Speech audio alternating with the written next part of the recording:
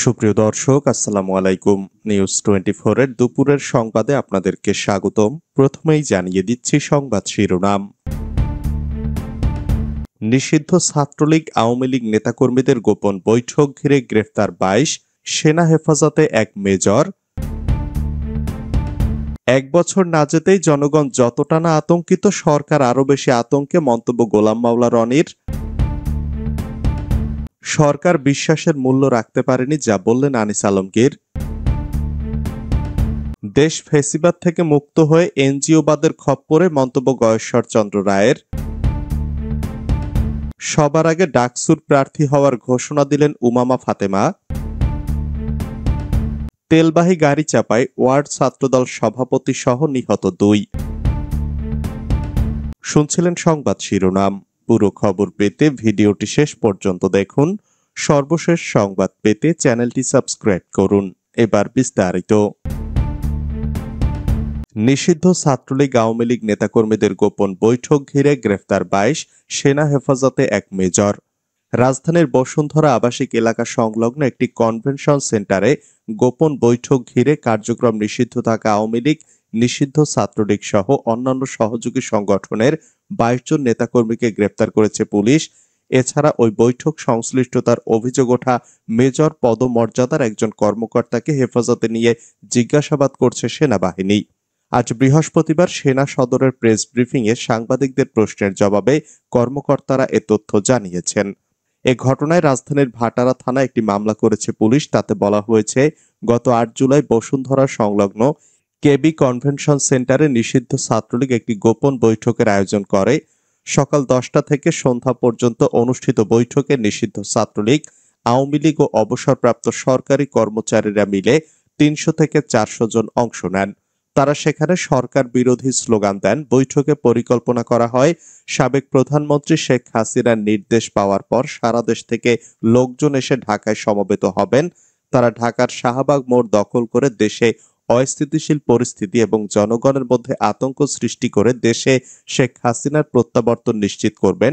তারা সেখানে এসব ষড়যন্ত্র করেছিলেন।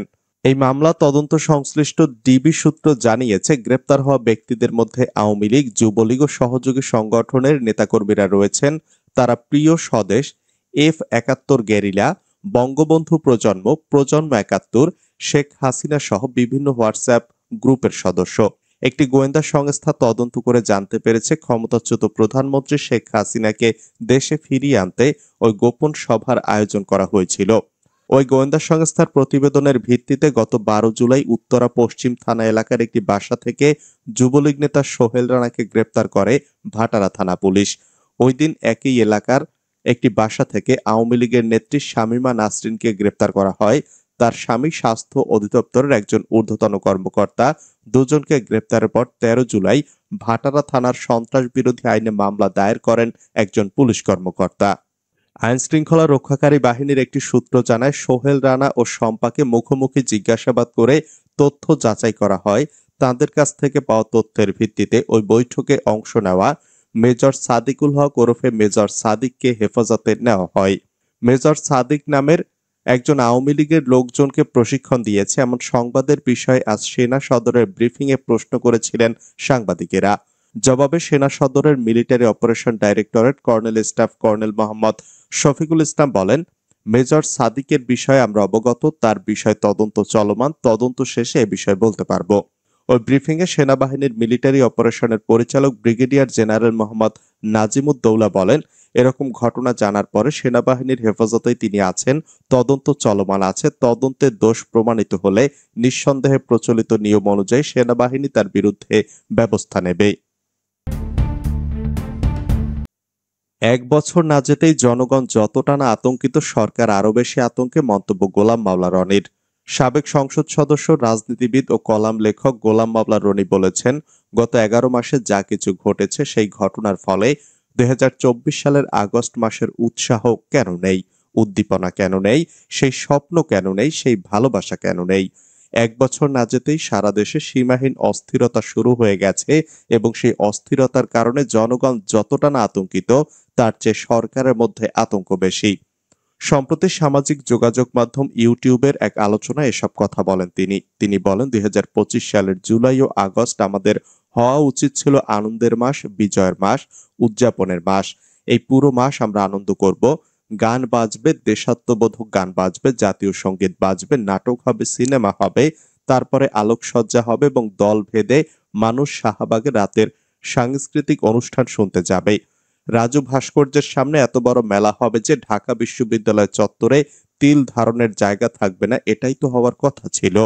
যেভাবে আমরা দীর্ঘদিন ধরে ২১শে ফেব্রুয়ারি পালন করে আসছি, যেভাবে আমরা ১৬ই ডিসেম্বর পালন করে আসছি, যেভাবে আমরা ২৬শে মার্চ পালন করে আসছি, তো ওখানে তো আমাদের আনন্দের এখনো ঘাটতি হচ্ছে না, আমরা যার যার মতো উদযাপন করছি। তিনি আরো বলেন, কেন ৫ই আগস্ট আমাদের জীবনে আনন্দ না হয়ে আতঙ্ক হবে বলেন? কেন ভয়ের কারণ হবে? কেন এই আগস্ট মাসকে কেন্দ্র করে, জুলাই মাসকে কেন্দ্র করে ১১ দিনের ইমার্জেন্সি সতর্কতামূলক অবস্থা জারি করা হবে? কেন এই সময়টিতে সবাই তটস্থ থাকবে, কি হচ্ছে, কি হতে পারে, কে কোথায় ঘুমাচ্ছে, কে কোথায় পালাচ্ছে, কে কোথায় যাচ্ছে, এর দুর্নীতি আজকে প্রকাশ পাচ্ছে। গোলাম মাওলা রনি বলেন ২০২৫ সালের জুলাই মাস শেষ হতে চলল এবং আগস্ট মাস আসছে। গত বছর আগস্ট মাসের ৫ তারিখে শেখ হাসিনা বাংলাদেশ ছেড়ে ভারতে আশ্রয় নিয়েছিলেন। ১৫ বছরের একটি রেজিমের পতনের পর সারা বাংলাদেশ আগস্ট মাস জুড়ে উল্লাসে উন্মত্ত ছিল এবং বাংলাদেশে সেই আগস্ট মাসে যা কিছু ঘটেছে, সেটা হত্যাকাণ্ড হোক, চুরি ডাকাতি ও রাহাজানি হোক, কিংবা ঐতিহাসিক ৩২ নম্বরের ভবনটি গুঁড়িয়ে দেওয়ার মতো ঘটনা হোক, মানুষ গত বছরের আগস্ট মাসে এসব নিয়ে চিন্তা করছিল না। তাদের ভেতর একটা আবেগ কাজ করছিল, বিজয়ের একটা উল্লাস কাজ করছিল এবং তারা এই জুলাই আগস্ট বিপ্লবের নায়ক ছাত্রছাত্রীদের মনে করত মাথার তাজ, তাদেরকে মনে করত যে আদরের প্রিয় সন্তান।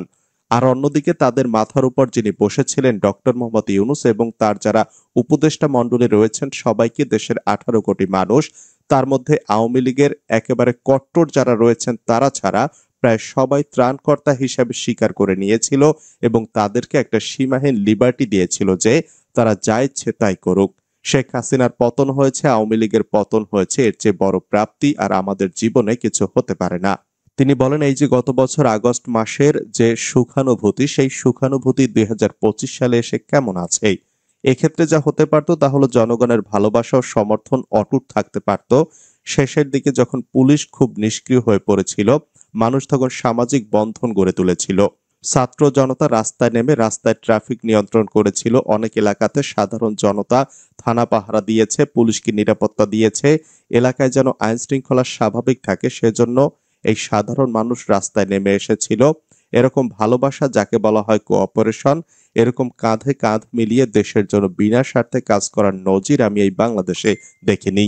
তিনি আরো বলেন, অতীতে বাঙালি জাতির ঐক্যবদ্ধ হওয়ার ধারাবাহিকতা, বিনা স্বার্থে কাজ করা, স্বপ্নের মানুষদের ক্ষমতায় বসিয়ে তাদেরকে সমর্থন দেওয়া, রাজনৈতিক ক্ষেত্রের ঐক্যবদ্ধতা ডক্টর মোহাম্মদ ইউনূস সরকার গত বছর পেয়েছিলেন। তবে তা গত ১১ মাসে পতন হতে হতে এমন একটা পর্যায়ে চলে আসছে, এখন যদি বলা হয় যে দল কোনটাকে আপনি পছন্দ করবেন, আওয়ামী লীগ না এনসিপিকে, কে বেশি ভালো কে বেশি মন্দ, শেখ হাসিনা নাকি ডক্টর মোহাম্মদ ইউনূস, এই ধরনের ভোটাভুটি যদি হয় তাহলে বুঝতে পারেন যে ফলাফলটা কোন পর্যায়ে চলে আসবে।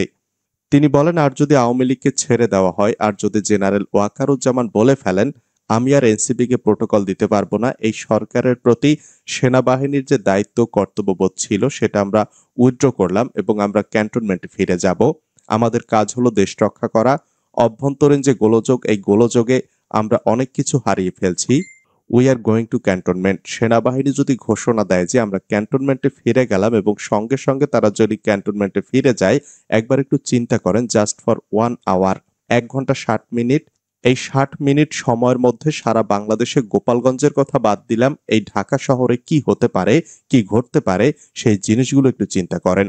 তিনি বলেন, আজকের এই যে অবস্থাটা সৃষ্টি হলো, এটা কি সেনাপ্রধান জেনারেল ওয়াকারুজ্জামান করেছেন? এটা কি বঙ্গভবনে বসে শাহাবুদ্দিন চুপ্পু করেছেন? কিংবা আওয়ামী লীগের শীর্ষ নেতৃবৃন্দ যারা পালিয়ে গেছেন, শেখ হাসিনা, জয়, পুতুল, শেখ রেহানা, তার ছেলে ববি, রূপন্তী, তার মেয়ে রূপন্তী, টিউলিপ সিদ্দিকী, তারপর ওবায়দুল কাদের, জাহাঙ্গীর কবির নানক, ওনারাকেই গত ১১ মাসে আজকের যে অবস্থা তৈরি হয়েছে এর জন্য তাদের 1% ভূমিকা আছে বা কোনো ভূমিকা আছে?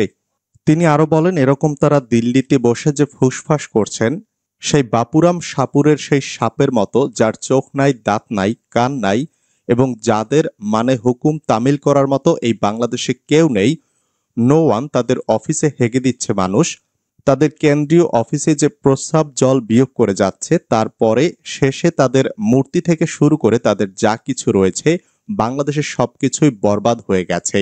আর তারা দূরে বসে বসে কি করছেন? আমি চেয়ে চেয়ে দেখলাম, শুধু চেয়ে চেয়ে দেখলাম, এই কথাগুলো তারা সেখান থেকে বলছেন। তিনি বলেন, এখানে তো আওয়ামী লীগ নেই, ছাত্রলীগ নেই, যুবলীগ নেই, সালমান রহমান নেই, আওয়ামী লীগের দোসররা নেই, আওয়ামীপন্থী সাংবাদিকরা নেই, কেউ নেই। ফলে পুরো মাটি তো বিএনপি জামায়াত ও আওয়ামী বিরোধী যারা শক্তি তাদের দখলে, পুরো রাষ্ট্র ছাত্রদের দখলে, মানে এনসিপির দখলে, সরকার ডক্টর মোহাম্মদ ইউনূসের দখলে। সেখানে গত 11 মাসে যা কিছু ঘটেছে সেই ঘটনার ফলে 2024 সালের আগস্ট মাসের উৎসাহ কেন নেই, উদ্দীপনা কেন নেই, সেই স্বপ্ন কেন নেই, সেই ভালোবাসা কেন নেই? তিনি আরো বলেন, বাংলাদেশের একটা বিখ্যাত গান জনাব হায়দার অনেক আগে গেয়েছিলেন, কি দেখার কথা কি দেখছি, কি শোনার কথা কি শুনছি। এগুলো তো আমাদের দেখার ইচ্ছা ছিল না। এখন যা কিছু দেখছি, এখন যা কিছু শুনছি, এগুলো তো শোনার জন্য আমাদের কান, আমাদের পঞ্চেন্দ্রিয় প্রস্তুত ছিল না। কিন্তু সেই জিনিসগুলো এখন হচ্ছে।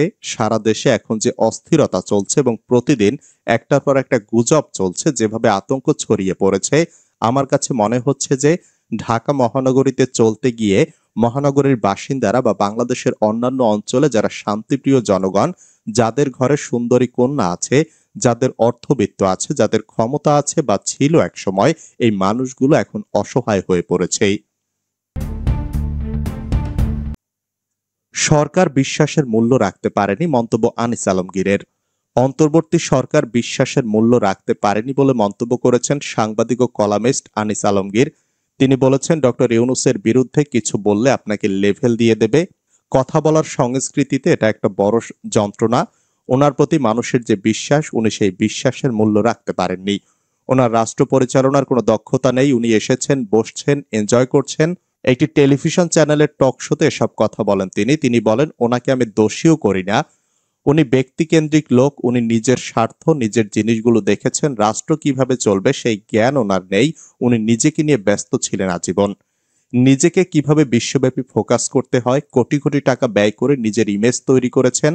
তিনি আরো বলেন, সেই ইমেজের ভিত্তিতে আমরা তাকে মনে করেছিলাম আমাদের উদ্ধার করতে পারবেন, কিন্তু উনি শুরু থেকেই ইনক্লুসিভ সোসাইটির কথা বাদ দিয়ে প্রতিহিংসার রাজনীতিতে চলে গিয়েছেন।